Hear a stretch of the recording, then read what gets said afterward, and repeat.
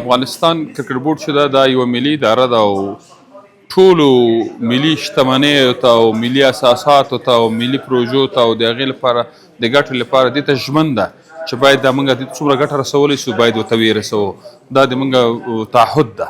په دغه اساس باندې واخان چې تاسو ته معلوم ده واخان د افغانستان شمله ده.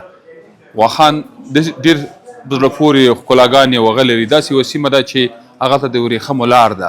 موږ تاسو ټول په دې خبرې خو متاسفانه تر اوسه پورې لا خلکو هغه سیمه لیدلې نه ده.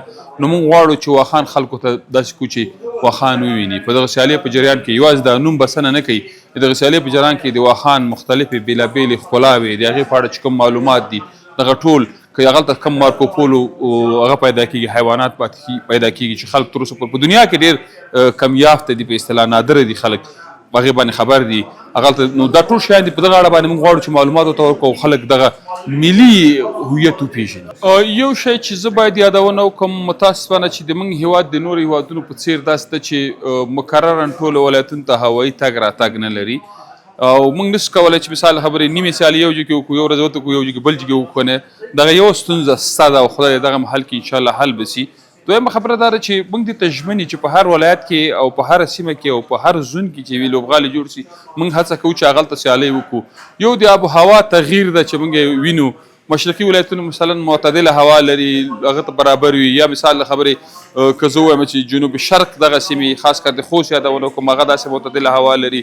که جنوب غرب کې یاد کړو کندهار او هلمند نو هغلته بیا د لوبو ډېر چانس موږ لرو، فرصت ډېر لرو، وخت موږ سره ډېر مساعد دي، په هر وخت کې کولی شو.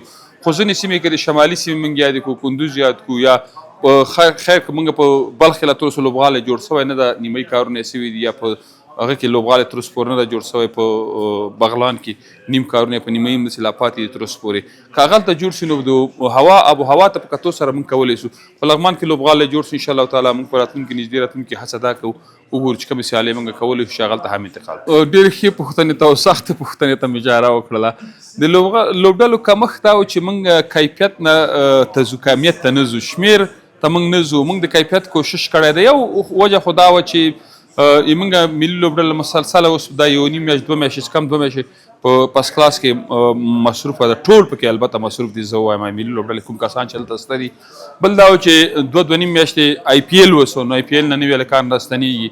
موږ که مکرره همدې پسې سمدستي دوی ته د شلوري سیالۍ ورکوو، بیا پسې شپږیزه شي، بیا پسې لیس ای ده، بیا موږ د هغه شروع کېږي مثال خبرې ایشیا کپ شروع کېږي، نور سیریزونه د ایشیا کپ صفای وسه موږ نور سیریزونه لرو. نو بیا دوی ډېر ستړي سي. غواړو چې هغوی ته یو څه دمه ورکړو. نو دغه ملي لوبډلې ډېری لوبغاړي پکې نشته ده، مازې یو څو لوبغاړي پکې شته دي. نو موږ وغوښتل چې هغه کیفیت ته لاړ شو.